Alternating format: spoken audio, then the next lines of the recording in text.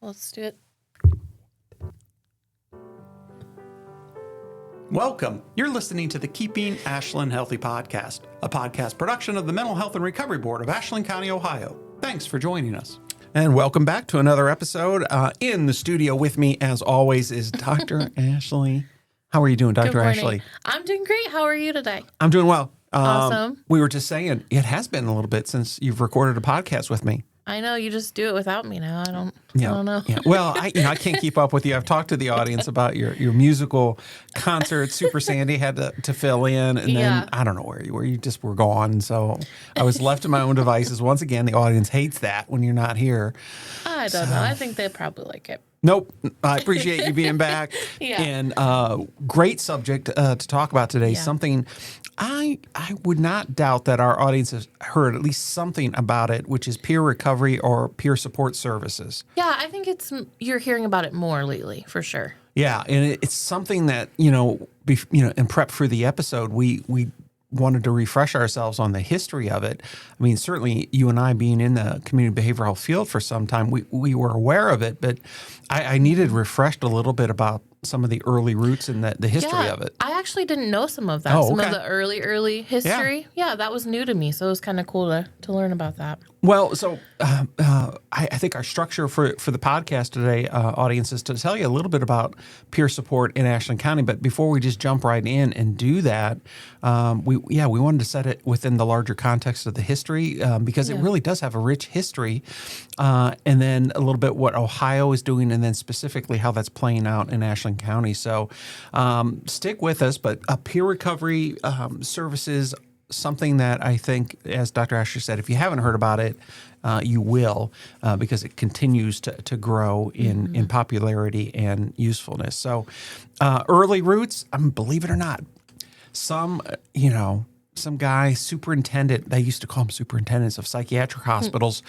back in the Paris region in 1784, Jean-Baptiste Poussin, he began employing former patients to support current patients. So think about that. That was like back then, even that was kind of cutting edge. The idea that, okay, we're struggling to help some of these folks that are here in the hospital, but Jean had the idea of bringing in some folks that maybe successfully went through their hospital, were doing better, to bring them back in to support the current patients. And ta-da! In some ways, we talk about variations on a theme, but that's just it. The idea that someone's similar experiences might be brought to bear for somebody, that's maybe struggling. The other person can relate maybe in a different way. Yeah, like they have a different kind of empathy or a level of understanding of what they're going through. I thought that was so cool. And like I said, I've never heard this before. Yeah.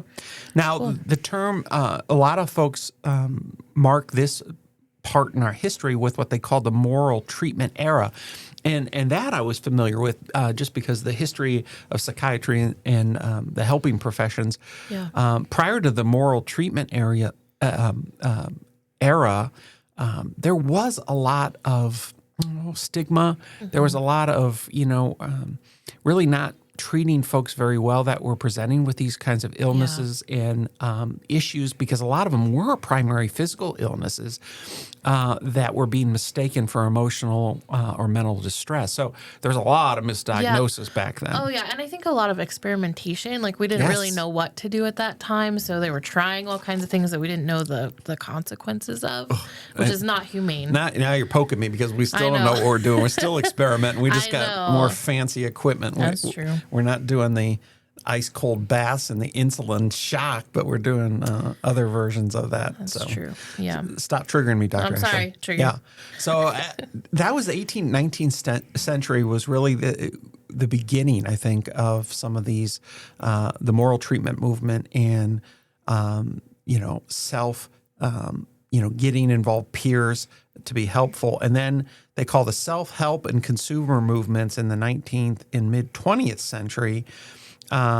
This was, again, more folks thought, involuntary confinement was wrong. And the idea that self-help that individuals with the right education supports could help themselves and maybe didn't need to rely so much on professionals was already starting to be a thing.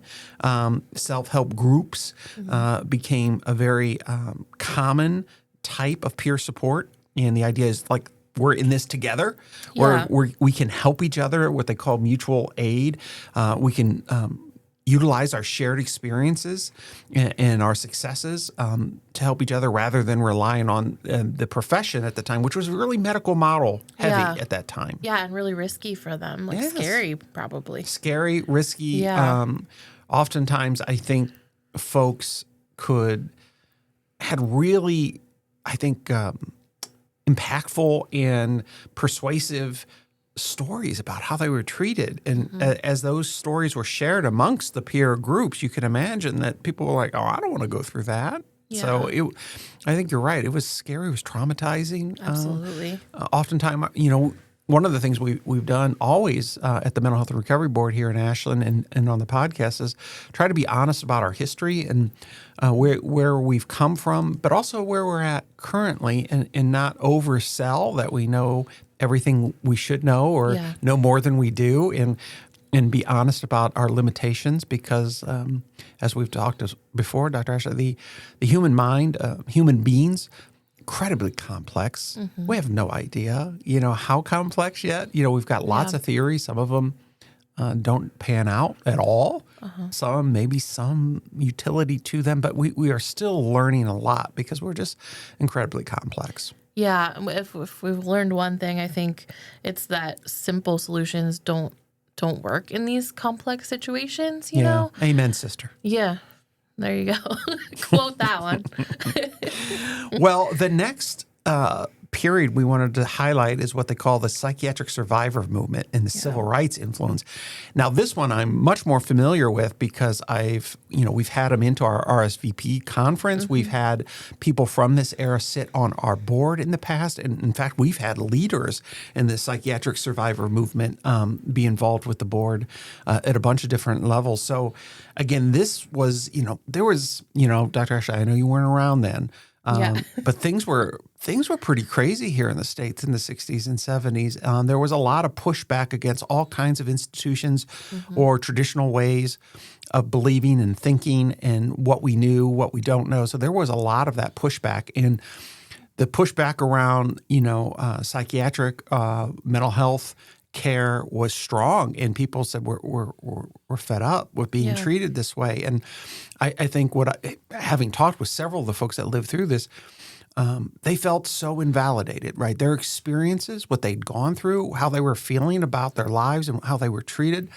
People just in the establishment, the so-called establishment at that time, they just discounted their stories, how they felt, their ideas for solutions, and boy, their voices, as you might imagine, collectively, these were peers supporting each other in organizations that they started to form, like you'll love this one, the Mental Patients Liberation Front. That was in 1971. They formed that, and one of our former board members was part of that. The Protection and Advocacy for Individuals with Mental Illness, that was PAMI.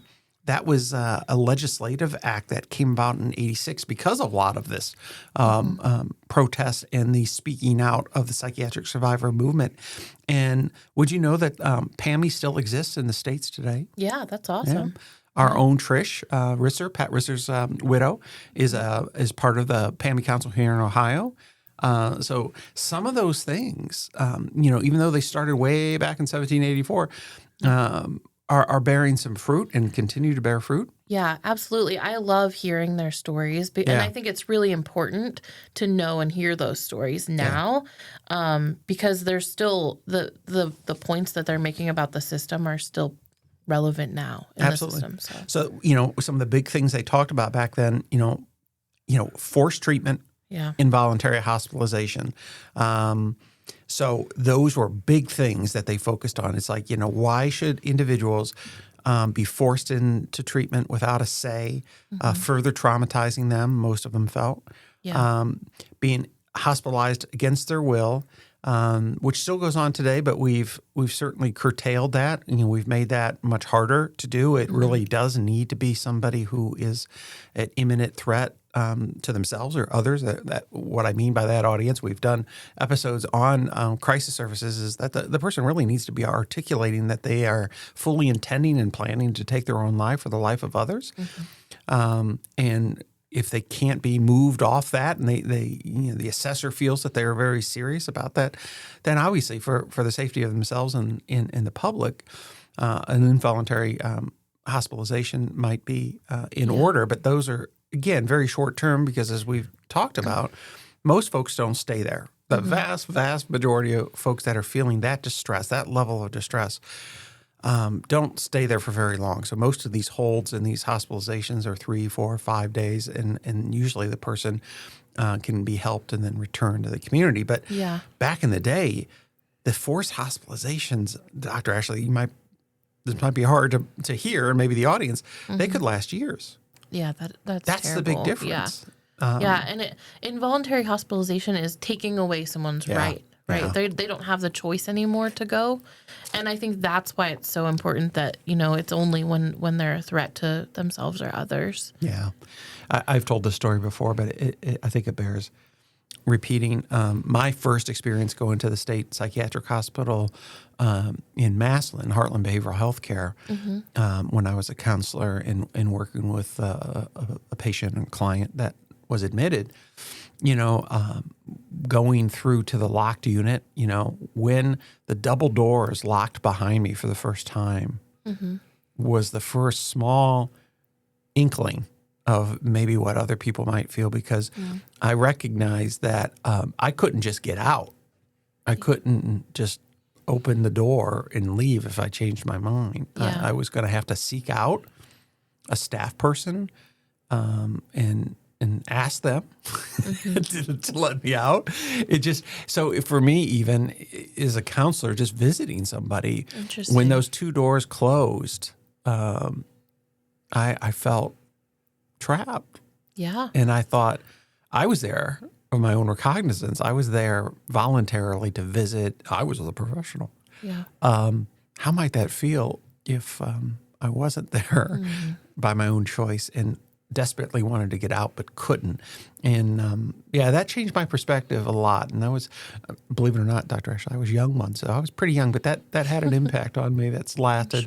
Sure. And while those types of facilities do have a purpose, Heartland still exists today, but I can say to the audience, their length of stay, I just talked with the director of the hospital last week, their length of stay is around 7 to 10 days.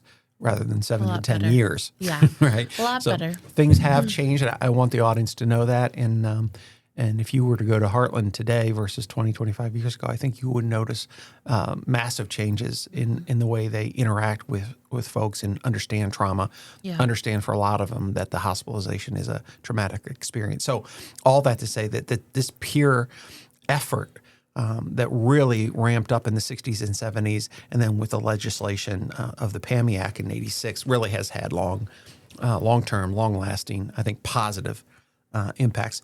And then I think moving into 60s and 90s, we just saw more legislation and more efforts around making it more normal for community settings to have peer supporters. So the idea in the 90s is where I started to pay attention to what they call like structured peer recovery models or systems of care that were starting to ramp up. And that just continued to get, I think, more pronounced than when Medicaid started recognizing and funding, and that was around 2007, I believe, the service as legit, as we like to say. So, if you can't get a major insurance company like Medicaid to pay for a service, it's really hard for an organization or an agency to hire peers to do peer work if there's not a ready funding source. So that was a big deal that Medicaid recognized the value of peer support services in the help of individuals that are also struggling. So, that started and has done nothing but grow. And I believe they paid for peer supporters that were helping folks with drug alcohol concerns first, and then just more recently, they've also included mental health. Yeah. So at this point, it's really, I mean, again, all those years ago, who would have thunk it? But now it's pretty much in Ohio and throughout most of the states, because Medicaid's national. It's really been legitimatized in some ways.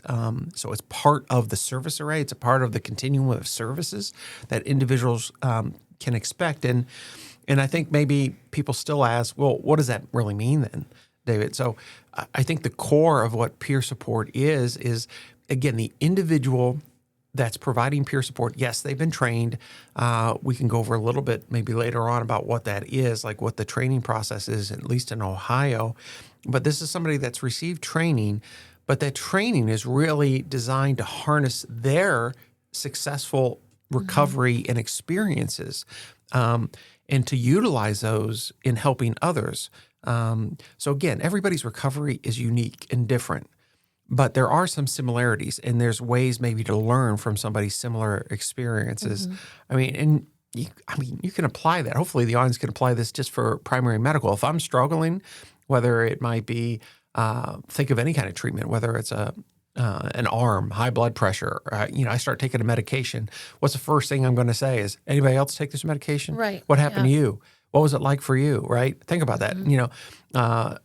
All the time, because I'm around older people, they're having knees and hip replacements all the time, right? So what are they doing? They're talking to people that have gone through it. What are people always doing? They're sharing, right? Oh, this is what's going to happen. This is what happened for me. You might want to think about that. You know what I mean? So That's a good example. yeah. So there's all kinds of that's natural to do, right? I mean, you talk to people that have been through divorce. What do? Right? They're talking, and they're like, oh, this is what happened to my divorce. Yeah. Yep. So I think people get the fact that, common experiences can be leveraged in a positive way to help other people. So, the peer supporter might say, I went through something very similar, not exactly the same, but something similar. And these were the kinds of things that I thought made things easier, better, helped me. They might help you. These are things that you might want to consider avoiding, not doing, because I found that they made it worse for me. So does that make sense, Dr. Ashley, that they leverage that? Yeah, it's they use their experience to kind of guide someone through their own process. It may not be the same, but they can relate. They can kind of understand and give them tools for their own journey, I think, right? Yep. Yeah. Yeah. That ability, and again, not everybody who's been through something makes a good peer supporter. So the mere fact that you've had experiences doesn't necessarily make you a good peer supporter. So that's where the training comes in, right? So you still have to have a desire to do that, of course, but to also be able to not, kind of, forgive the expression, vomit your experiences onto the other person and see the other person exactly like you and say, no, this is what worked for me. It's going to work for you too. So do what I did. Yeah. No, that's true. That's very true. I think that also brought an important point to my mind about peer supporters, what they get from doing peer support. Oh, yes. So good point. For some people, they find purpose in helping others go through those things too then. Yep. And it's part of their healing, their own recovery process too, in a way. Yeah. But like that end stage. So it's a really cool process. Yeah. So just to talk a little bit more about that process here in Ohio, at least, and there are some variations here. Let's talk about, to be a certified peer supporter. I mean, basically, we're talking about individuals with direct lived experience of behavioral health challenges who are trained to support others on their recovery journey. And there's 3 types of certification here in Ohio: adult, family, and youth young adult. Requires 40 hours of training, 3 years. Or 3 years of verifiable peer service work, 16 hours of online coursework, an exam, adherence to a code of ethics, background checks, continuing ed, and every 2 years. And what they tried to do, Dr. Ashley, you and I are both licensed counselors, and they tried to create standards that were similar, not exactly the same, but similar to the other, whether you're a social worker, marriage and family therapist, counselor, et cetera. We talked about music and art therapy has done similar things. So they wanted to create a structure that, again, gave the public, and individuals, confidence that the person that helping them has been vetted, for lack of a better word, and they have the education, experience, training, oversight, supervision, and feel safe, because ultimately that's what these credentialing boards do. It's really there to protect the public, to make sure that the people providing these services, because people are very vulnerable when they come into our system. We have to have these kinds of mechanisms to ensure people are safe. Yeah, absolutely. So they go through the process. I mean, there's some education experience, high school, GED, complete all the training, submit applications, and have to be supervised by someone who's trained to supervise, because supervising somebody that's a peer supporter is different than supervising. When I used to supervise counselors and social workers, it's different because you have to really understand there's some unique, I think, points where the person might be struggling, like we talked earlier, maybe to make sure that they're not overly sharing, they're not overly seeing the help that they're giving through their own, they're not. Yeah, or that it could even be harming them, right? They have to be Correct. cognizant of how it's impacting themselves. Right. So, I mean, let's face it, if, as counselors ourselves, sometimes the person sitting across from me is describing a situation or a feeling that was really, really similar to something I went through. So in some way, I'm a peer in that regard. And if perhaps I haven't dealt with that as much or worked through that as much as I thought I did, it might trigger me to feel, ooh. Yeah. And then what happens? The objectivity starts to go. Right. And that's real important maybe for the audience to know about the whole counseling process, that there has to be some degree of objectivity in the helper, because if they're too enmeshed or too subjectively stimulated by what's going on, they're probably not able to give you some of the advice you might need. Yeah, so right. That kind of distance. I'm not saying that sharing's always wrong by any means. It's just you have to monitor that. Absolutely. You can overshare as a counselor. Yes, you can. Yes. Excuse my coffee. So the question we get then is, some of these folks, they go through all the training. They've passed. They've got their certificate. What do they do with it? Well, typically they run. They're employed by organizations like our Appleseed Catholic Charities, ACADA. All three of them have peer supporters in them, and they work for agencies. They bill insurance just like the other professionals do. They work as part of a team. They get the supervision. They have paperwork and productivity expectations like everybody else, and they really are treated as fellow professionals. Now, let me do a brief excursus here to say that is not wasn't everybody's goal for peer supporters. So I do talk to some folks that have bemoaned the professionalization of peer support services. Yeah. I think there's probably room for both, but there are a group of folks that feel like, peer support shouldn't be professionalized. This is more like the AA, NA folks with that model, which is, they really have stood outside of professional organizations. They want to be purely self-help and non-professional, if you will, in that like way. they're not being paid by an organization. They're not employed to do that, right? Correct. Yeah. For some folks, they feel the professionalization of the self-help has harmed it in some way or changed it in such a way that it's not quite the same. And I would think, of course, that's true. It's not the same because you are getting paid. Yeah.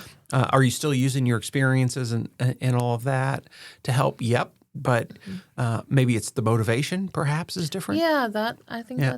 So I only say that, Dr. Ashley, just because it's a live debate. It's not been settled. So you'll find some peer supporters that are unpaid versus paid, and there sometimes is some tension between those two groups. But I think it's a good conversation. I think they both can be helpful. There's space for both, I think. Yeah, absolutely.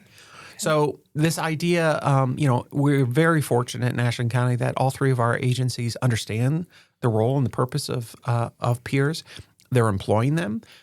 We've talked in other episodes about the workforce challenges that community behavioral health is experiencing. Yes. And Ohio has been leading the way in employing peer supporters because of that. I mean, quite frankly, Dr. Ashley, we need as many people that want to help and be involved with community behavioral health as possible. So I think the state was encouraged and motivated to bring peer supporters into the workforce to help us, because we just, quite frankly, audience, we just don't have enough people that want to work in community behavioral health. Now, there's reasons for that. That's a totally separate podcast. Yeah, that's for another day. But And we're trying to make the system more attractive to young people like you, Dr. Ashley. I'm not young anymore, though. Oh, okay. Well, if you're not, I'm not for sure. And we're doing some things, but having the peers join has helped with some of our workforce issues. Yeah, I found that when I was doing counseling too. Like it was really helpful for me to have my clients with peer supporters because I could only see them once a week. My schedule's crazy, right? We have shortage of counselors. But if, in the time that I wasn't seeing them, peer supporters would step in and they would be working with them outside of counseling. And that really, I thought it really helped, honestly. Yeah. Well, this might sound silly, but most of what I say is silly. But when I worked, but I didn't work along a peer supporter for very long. But when I did at my last job, what cracked me up was, as we're like teaming, like how we're going to approach the person, the client, the team's working with. And I would like say certain things that I was getting ready to do or say. What I always loved was like the peers like, that's dumb. like I don't think that's a good idea. So they would be like, they would bring that perspective to the team meeting and change the way the team approached and worked with the individual because they say, listen, you guys might think that this is a good idea, but I'm telling you, my street experience, my similar experience tells me that's not going to work. That's not going to work. And more often than not, they were right. So they really became, rather than, them being brought in more into our way of thinking, I think at least for that person on our team, we learn more from them. I'm sure they learned some from us, but we learn more from them and really. But that requires, everybody respecting the other person's experiences and education and all of that. So when you have that degree of mutual respect, I really think peers can be an invaluable part of a team concept. Yeah, really cool and more effective for sure. For sure. Yeah. Before we go, I want to talk about then our primary peer support program, which is the Pathways program through Catholic Charities. And we'll put some additional information in the program description, but Catholic Charities primary number is the 419-289-1903. So if folks want to learn more about Pathways. So Catholic Charities is the organization that oversees and provides the Pathways Peer Support Program. And what they do, they're located down at the professional building on 2nd Street, the corner of 2nd and Church. And that's right across from the courthouse, if folks don't know that area of town. But it's right in that building. And they do programming Monday through Friday. They've got different programs going on. A lot of it's group work. Yeah. So they're peers helping other people that are struggling with mental, emotional issues. It's offered at no cost to the folks. The board funds that, so we were able to offer that at no cost to anybody who wants to be involved. So you've got peers helping peers down there every day. They do have some professional staff that are also there, working alongside them. They have a lot on their calendar, too. They're doing a lot of stuff. So for the audience, Dr. Ashley and I are looking at the June 2025 calendar, but they do this every month. So they update this every month. And again, you can go to the link in the episode description for this. But, they're checking in every day with folks. They're talking, about healthy relationships. They're talking about writing as a way to tell their story, as a way to express that. They have the sewing group, which goes way back to the early days of the peer support program where I have seen, especially guys that have never sewed in their life and super against it, but they get sucked in. Trish and some of the other folks down there are wonderful of saying, well, try to do a square and show them how to do a square. And next thing you know, they got a quilt. That's really cool. It's amazing. Yeah. Derek and some of the folks down there have been doing this for a long time, but sewing just as a positive thing that they can create with that in time. So and they create that stuff and sometimes they sell it, right? That's really cool. There's a lot of the products down there that they try to, again, they sell for the purposes of supporting the program. Yeah, it's awesome. They talk about exercise and budgeting and communicating. They've got a Bible study group. They talk about some of the things like, triggers and blaming, accountability. So it's not just it's practical stuff. I mean, even cooking, but there's plenty of things that they're involved with. Budgeting is really practical. I love that. One of the things I like is Fridays, they try to have more of a more relaxing time. So they might go out to one of the parks. We've got many parks here in Ashland County. We've talked about that a lot. So they might do a picnic at the park. They might go to a movie and have a meal. So just normal stuff. And that's partly what happens. A lot of the folks that are going through the program, and they don't stay very long.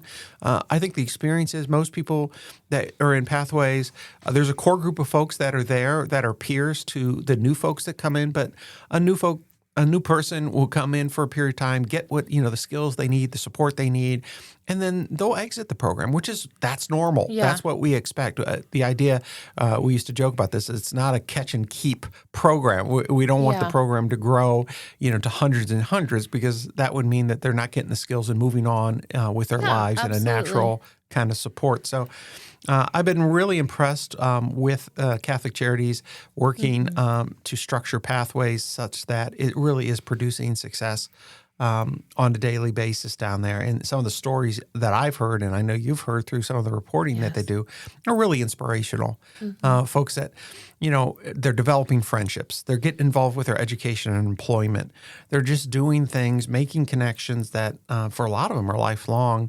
And these are oftentimes very isolated individuals before they get involved with Pathways. So our agencies make referrals all the time. Other agencies here in town that, anybody can make a referral to it. So they do take them from all over. So appreciate Deb Brookshire. She's been the lead on the professional end to supervise and work with all the other peers to make sure that the program is running well, everybody's safe, and receiving benefit by it. Yeah, she does a great job with that. Yeah. So I will encourage folks, if you know somebody, you yourself might be interested in a peer program. Pathways is a great program that you might want to check out, or you can refer a loved one to at least go in and see, because that's just it, Dr. Ashley. Folks can go down there, check it out, see what's going on, look at the calendar, attend a few things. I mean, there's no obligation. I feel like I'm selling like a sham wow or something. You're doing great. There is no obligation if you want to go down and check out the program. Yeah. And if you don't like it, that's fine. I would also say, people with lived experience that might be interested in becoming a peer supporter, now's a great time to do that, yes, right? It is. Thank you for bringing that up. Yeah. Yes, there's some training, but if you work with Pathways, they can help guide you through that process, offer support on the education and the training components. They even have a nice internet connection down there and a big screen. So if you want to do some of that stuff remotely, I think they can make arrangements for that as well. Yeah, that's great. So hopefully, audience, you've learned a little bit about the peer movement. It goes all the way back there to the late 1700s. It developed over the years. The 60s, 70s really jump-started. I think the conversations brought about some legislations that now has been enacted in most states, whether it's the PAMI counselors or the peer supporter process like we have in Ohio, and all of that. Boom, we've got peer supporters in all of our agencies. We've got a peer support program that's active, has been active for many years, and I really think is making a difference. So Ashland County, there you go. You know more about peer recovery and peer supporters here in the county. So peer support pros. All right. Well, I will see you next time, Dr. Ashley, and see you, audience. Thank you for listening to another episode of the Keeping Ashland Healthy podcast. The podcast is a production of the Mental Health and Recovery Board of Ashland County, Ohio. You can reach the board by calling 419-281-3139. Please remember that the board funds a local 24/7 crisis line through Appleseed Community Mental Health Center. It can be reached by calling 419-289-6111. That's 419-289-6111. Until next time, please join us in keeping Ashland healthy.